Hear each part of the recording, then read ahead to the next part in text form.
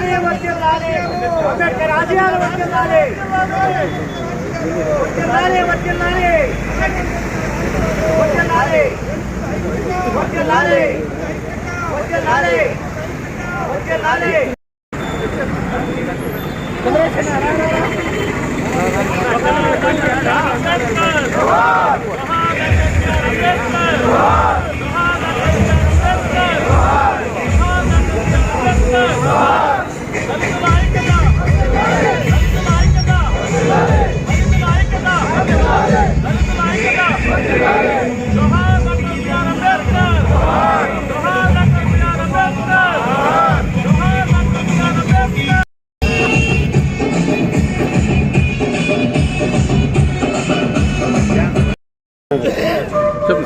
ఈరోజు doctor BR Ambedkar 134వ జన్మదిన పురస్కారాలు అందించుకొని తెలియపరుస్తూ ఈ పలమనేరు మండలంలో వచ్చినటువంటి నాయకులకి అందరికీ ఈ భారతదేశంలో ఉన్నటువంటి యావత్ ప్రపంచానికి కూడా ఈ భారత రాజ్యాంగ రచయిత అయినటువంటి డాక్టర్ బాబాసాహెబ్ అంబేద్కర్ గారిని ఈరోజు మేమందరూ కూడా పురస్కరించుకొని ధన్యవాదాలు చెప్తున్నాము.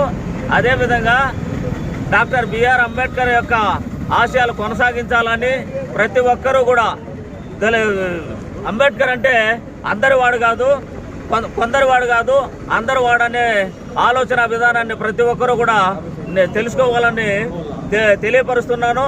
అదేవిధంగా ఈ భారతదేశంలో మొట్టమొదట బీసీలకి రాజ్యాంగాన్ని పొందుపరచడం జరిగింది. ఆ తర్వాత ప్రతి ఒక్కరు కూడా ఈ యావత్ భారతదేశంలో అందరూ ప్రతి కులము ప్రతి మతము కూడా బాగుండాలనే ఆలోచన విధానంతో అంబేద్కర్ గారు రాజ్యాంగాన్ని రాయడం జరిగింది. అది ఇంగ్లాండ్ కాన్ఫరెన్స్ టేబుల్కి పోయేటప్పుడు మహాత్మా గాంధీ, జిన్నా గారు, అదేవిధంగా అంబేద్కర్ గారు ఈ లండన్ కాన్ఫరెన్స్ ఇంగ్లాండ్ కాన్ఫరెన్స్కి పోయేటప్పుడు అక్కడ ఉన్నటువంటి ఇంగ్లాండ్ వారు మొట్టమొదటిగా గాంధీ గారిని మీరు ఎవరి కోసం వచ్చినారంటే మేము భారతీయుల కోసం వచ్చినాము అని చెప్పడం జరిగింది.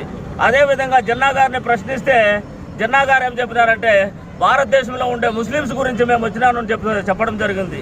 అంబేద్కర్ గారిని అడిగితే యావత్ భారతదేశంలో ఉన్న నా జాతి ప్రజల కోసం వచ్చినానని అంబేద్కర్ చెప్పడం జరిగింది.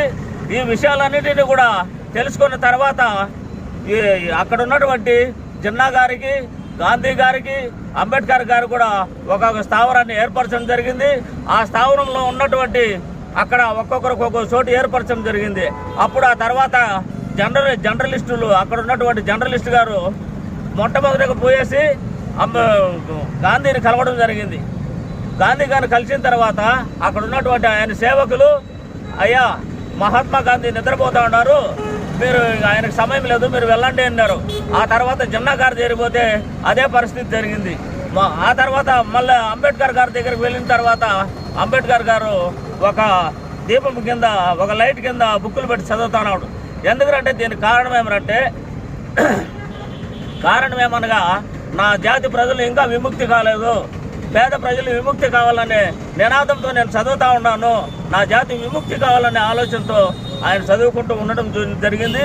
అప్పుడు మహాత్మా అంటే ఆయన మహాత్మా కాదు, జాతిపిత కాదు, అందరికీ మహాత్మా జాతిపిత అయితే నాకైతే జాతిపిత కాదని డాక్టర్ బాబాసాహెబ్ అంబేద్కర్ అన్నారు. నా మహాత్మా అంటే ఈ మొట్టమొదటి భారతదేశంలో మహాత్మా జ్యోతిరావు పూలే అని తెలియపరచడం జరిగింది. ఈ జ్యోతిరావు పూలే ఈరోజు స్త్రీలకు హక్కు కానీ, సావిత్రిబాయి పూలే ఈ మొట్టమొదటి ప్రపంచంలో స్త్రీలకు విద్య, స్కూళ్ళు ఇవన్నీ కూడా ఏర్పడడం జరిగిందంటే ఈ జ్యోతిరావు పూలే యొక్క, సావిత్రిబాయి పూలే యొక్క నినాదంతో వాళ్ళ ఆశయాలు కొనసాగించాలని కూడా తెలియపరుస్తూ ఈ ఉపన్యాసాన్ని ముగించుకుంటున్నాను.